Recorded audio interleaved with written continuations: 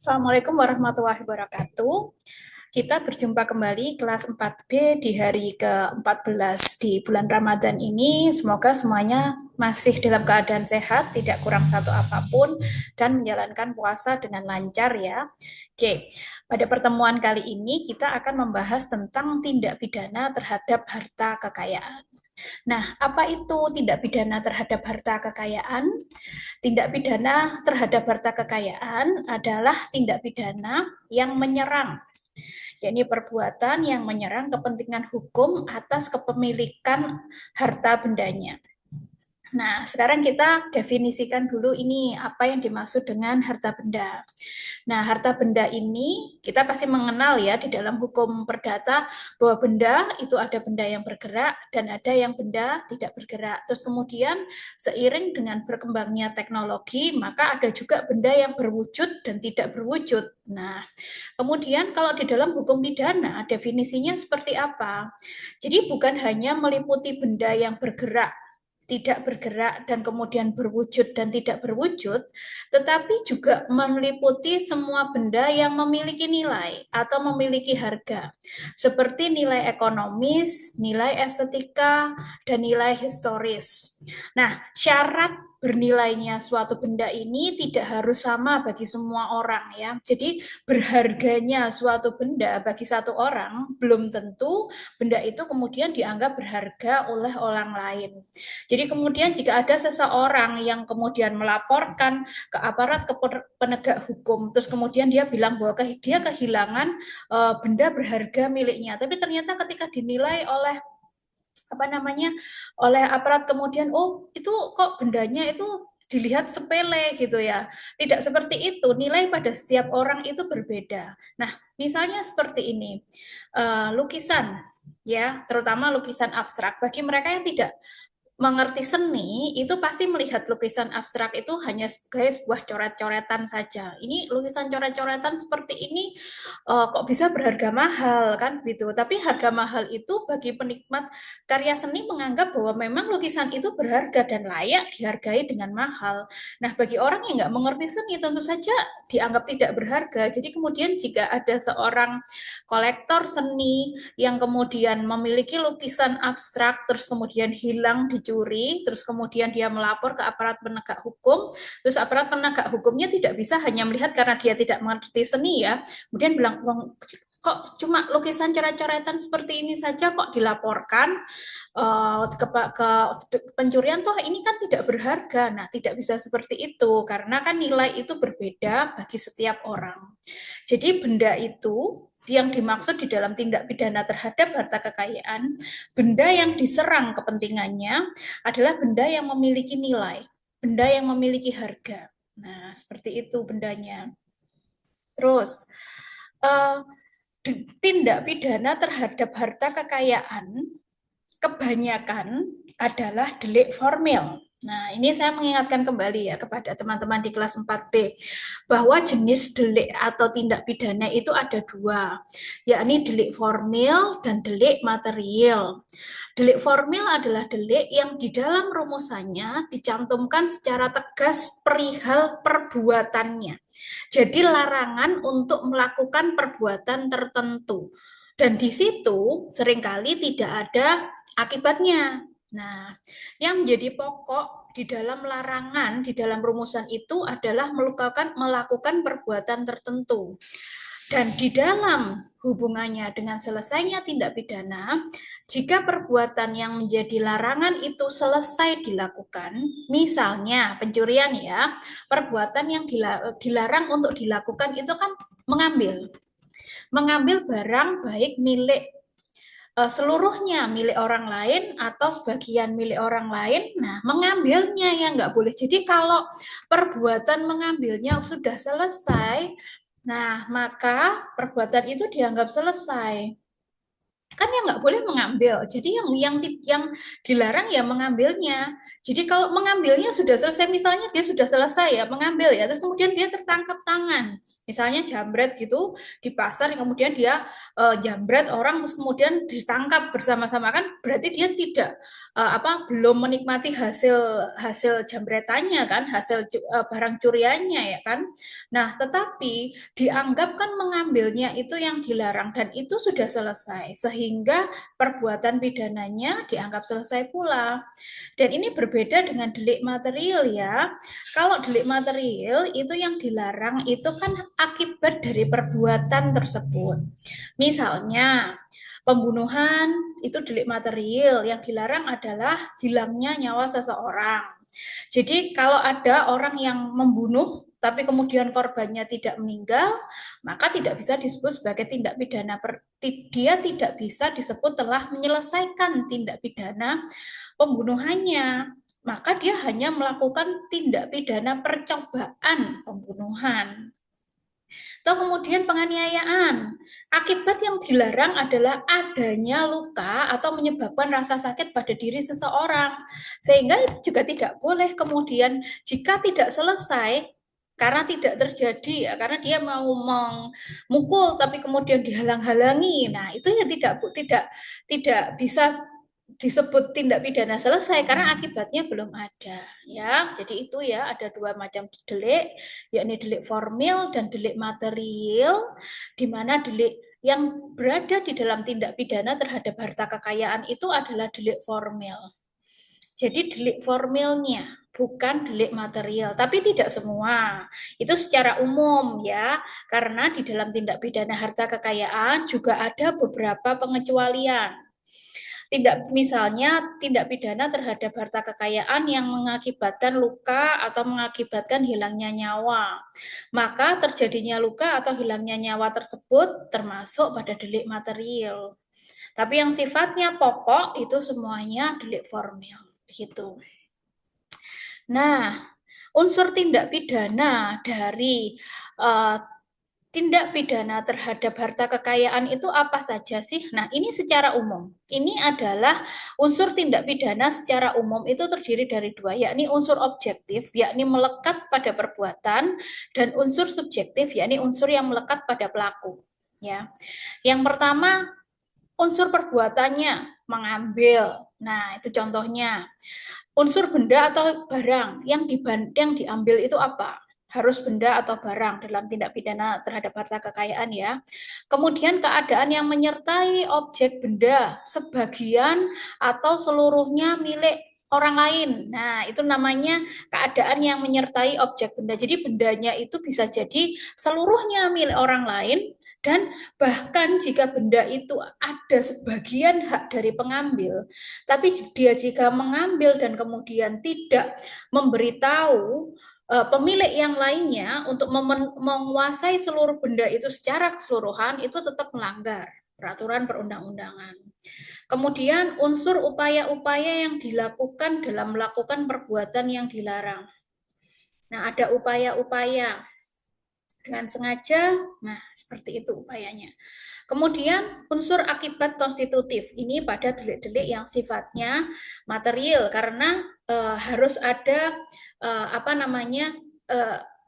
akibat ya, akibat yang langsung yang timbul dari perbuatan. Ya, seperti itu. Nah, unsur subjektif itu terdiri dari pelaku. Unsur pelaku ya, pelaku yang dapat dipertanggungjawabkan secara pidana adalah pelaku yang cakap hukum, misalnya seperti itu. Kemudian unsur kesalahan di dalam tindak pidana terhadap kekayaan itu rata-rata kesengajaan. Kesalahannya harus berbentuk kesengajaan, tidak berbentuk kealpaan.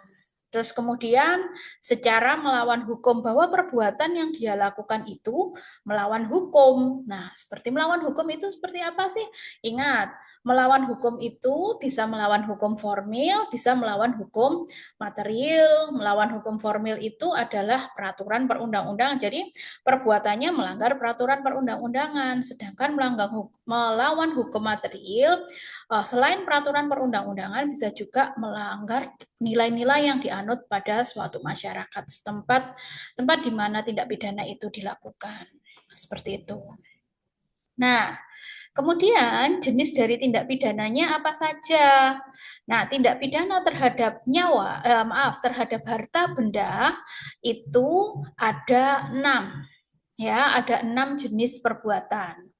Yang pertama adalah pencurian, yang kedua adalah pemerasan dan pengancaman, yang ketiga adalah penggelapan, yang keempat adalah perbuatan curang atau biasa disebut sebagai penipuan, kemudian yang kelima adalah penghancuran dan perusakan benda, dan yang keenam adalah tindak pidana penadahan. Nah, ini adalah perbandingan letaknya di dalam KUHP. Yang ini di dalam KUHP lama ya, misalnya pencurian itu diatur di dalam bab 22. Sedangkan di dalam Undang-Undang Nomor 1 Tahun 2023, yakni KUHP baru, itu diatur di bab 24 gitu. Nah, itu tadi tentang pengertian dari tindak pidana terhadap harta benda. Jadi, di pertemuan kedua ini dan ketiga, ini materinya saya jadikan satu ya. Karena apa? Karena nanti kita akan membahas tindak pidana terhadap harta kekayaan dan sebagian tindak pidana terhadap tindak pidana pencurian. Ya, pencurian itu adalah tindak pidana terhadap harta kekayaan yang paling umum. Nah, tindak pidana pencurian ini ada banyak jenisnya. Jadi nanti sebagian akan saya jelaskan pada pertemuan kali ini dan sebagian pada pertemuan minggu depan. Seperti itu pada pertemuan ketiga. Oke, kita tadi sudah mendapatkan definisi dan pengertian tentang tindak pidana terhadap harta kekayaan sampai jenis-jenisnya. Nah, saat ini kita akan membahas tentang jenis tindak pidana terhadap harta kekayaan bentuk pertama, yakni pencurian. Nah, pencurian ini yang paling umum ya, berawal dari kepemilikan yang diambil oleh pihak lain. Jadi, kalau teman-teman memiliki suatu benda, misalnya saya memiliki HP ini ya, handphone ini, terus kemudian ketika saya letakkan dan saya tinggal, terus kemudian ada orang yang masuk ke ruang dosen saya, terus kemudian melihat, loh kok ada HP yang ditinggal di meja, nggak ada orang, terus kemudian diambil. Nah, tentu saja diambil ini kan untuk dimiliki. Ya, untuk dimiliki. Jadi ada orang lain yang mengambil barang milik orang lain. Meskipun barang itu baik sebagian ataupun seluruhnya. Kalau seluruhnya bagaimana? Ini tadi kan HP punya Bu Sisil, ya kan? Saya tinggal, kemudian ada yang masuk ke ruang ini. Dia kan yang masuk ke ruang ini kan tidak memiliki hak sama sekali atas HP ini. Terus kemudian dia bawa pergi. Terus untuk dimiliki, untuk dijual gitu. Nah, itu sudah memenuhi unsur dari tindak pidana pencurian.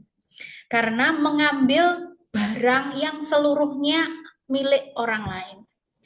Nah, kemudian ada juga ketentuan bahwa bahkan sebagian milik ya, sebagian milik orang lain berarti ada bagian dari miliknya sendiri. Nah, ada bagian dari miliknya. Nah, itu bagaimana pengertiannya? Berarti benda itu memang secara hukum dimiliki oleh dua orang.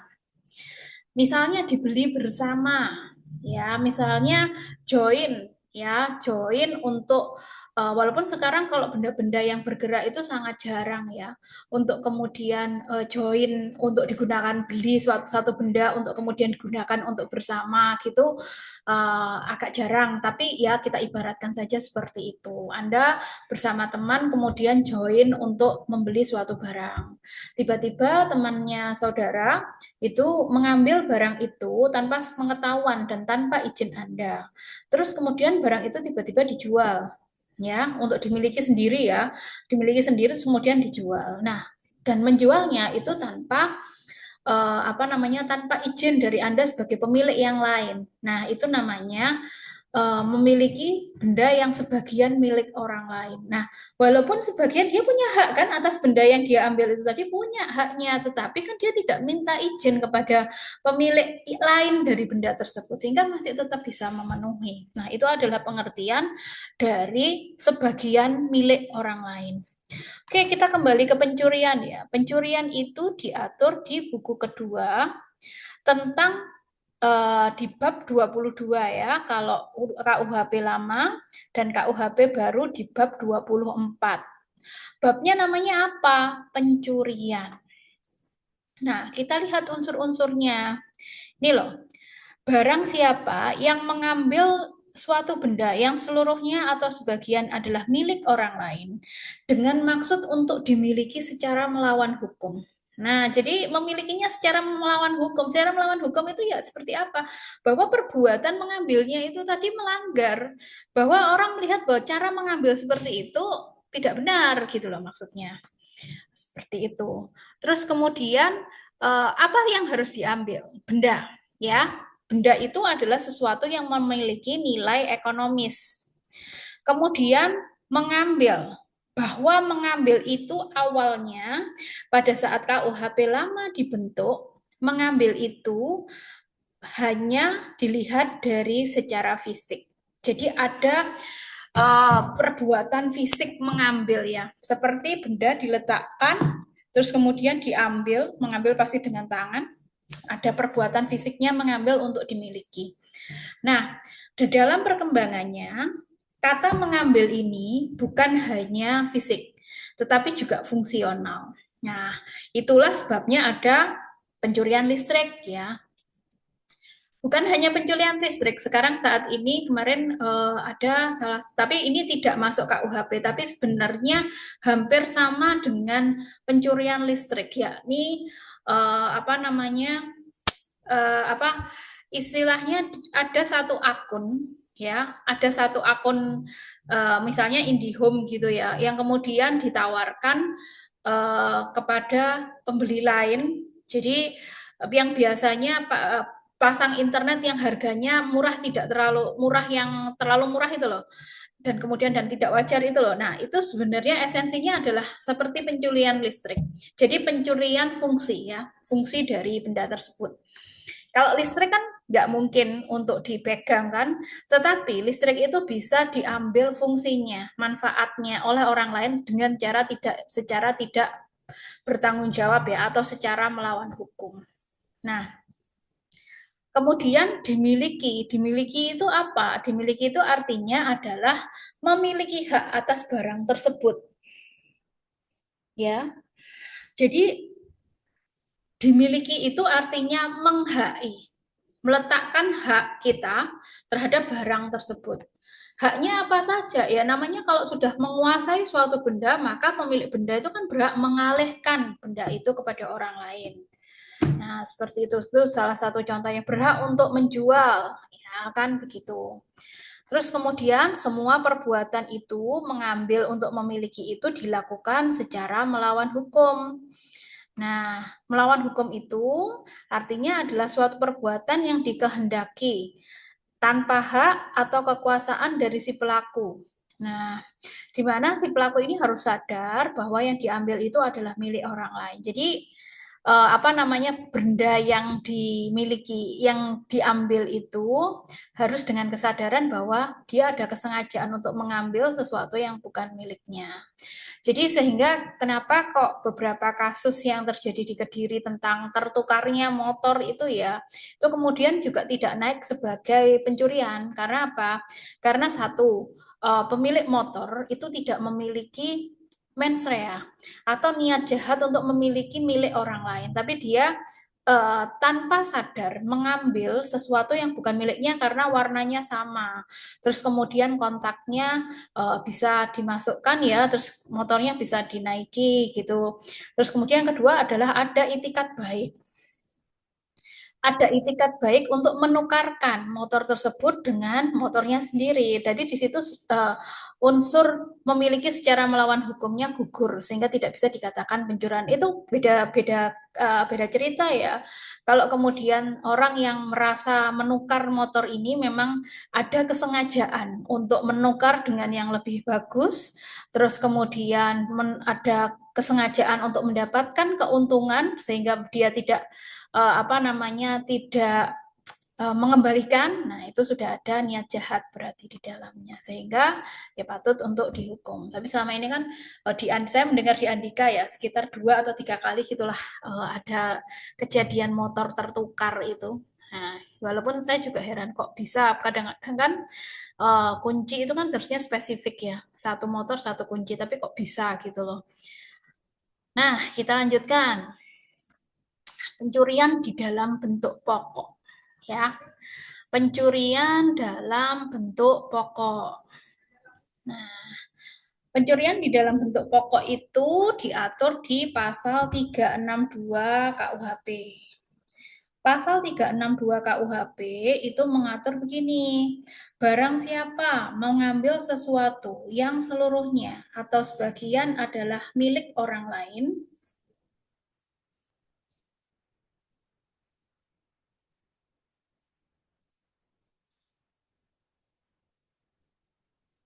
dengan maksud untuk dimiliki secara melawan hukum. Ya, perbandingannya ada apa namanya di pasal 476 KUHP baru. Ya. Setiap orang, jadi kalau di dalam KUHP di KUHP yang baru itu kan uh, di pasal 476 ya, itu di dalam penjelasannya.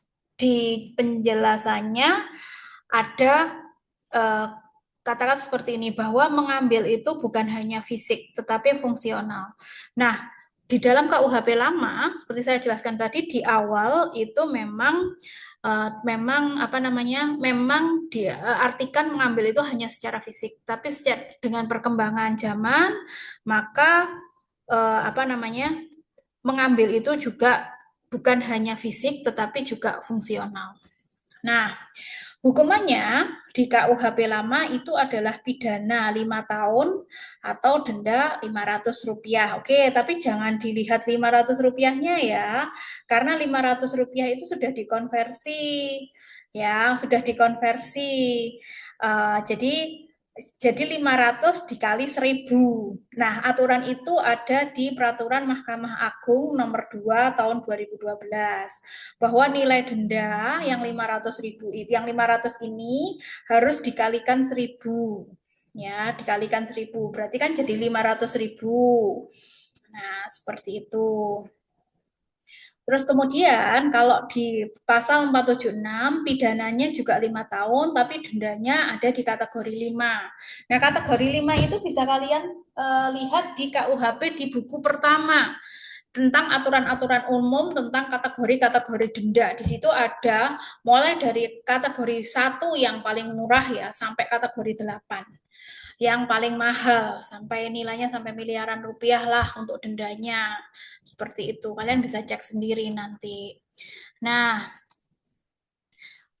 di pasal 362 ini adalah pasal pencurian di dalam bentuknya yang paling pokok. Ya, selain pencurian dalam bentuk pokok, ada juga pencurian dengan pemberatan. Nanti ini mulai pencurian dengan pemberatan sampai pencurian dengan kekerasan itu akan saya jelaskan pada minggu depan ya.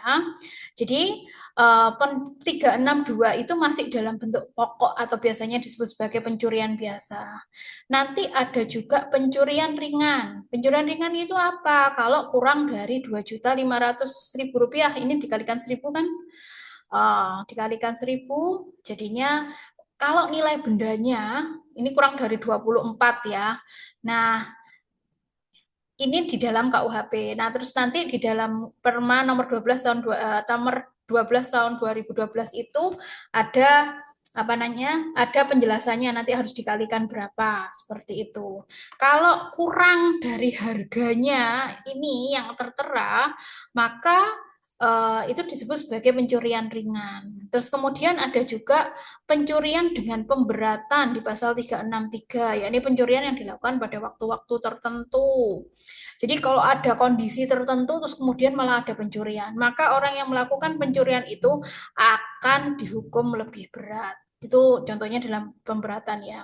Kemudian ada juga pencurian dengan kekerasan. Pencurian dengan kekerasan itu seperti apa?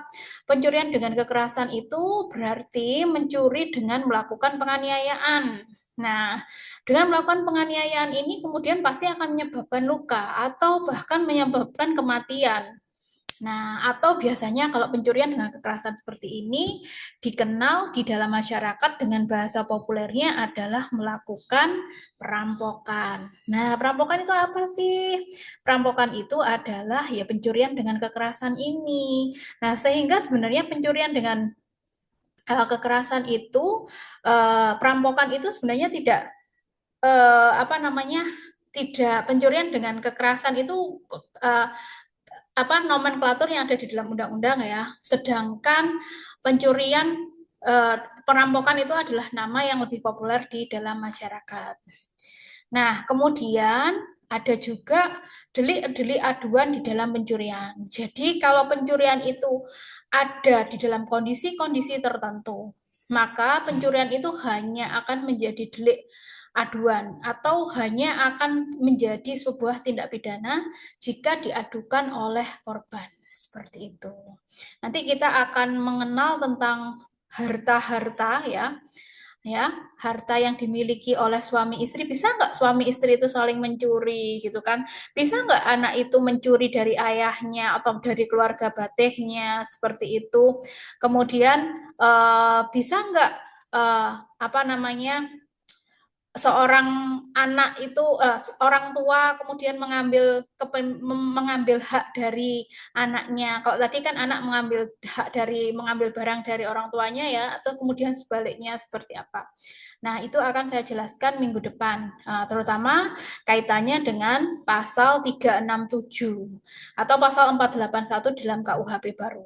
Di dalam pasal 367 ini nanti bukan hanya berlaku untuk tindak pidana pada pencurian saja, tetapi tindak pidana terhadap harta kekayaan yang lain.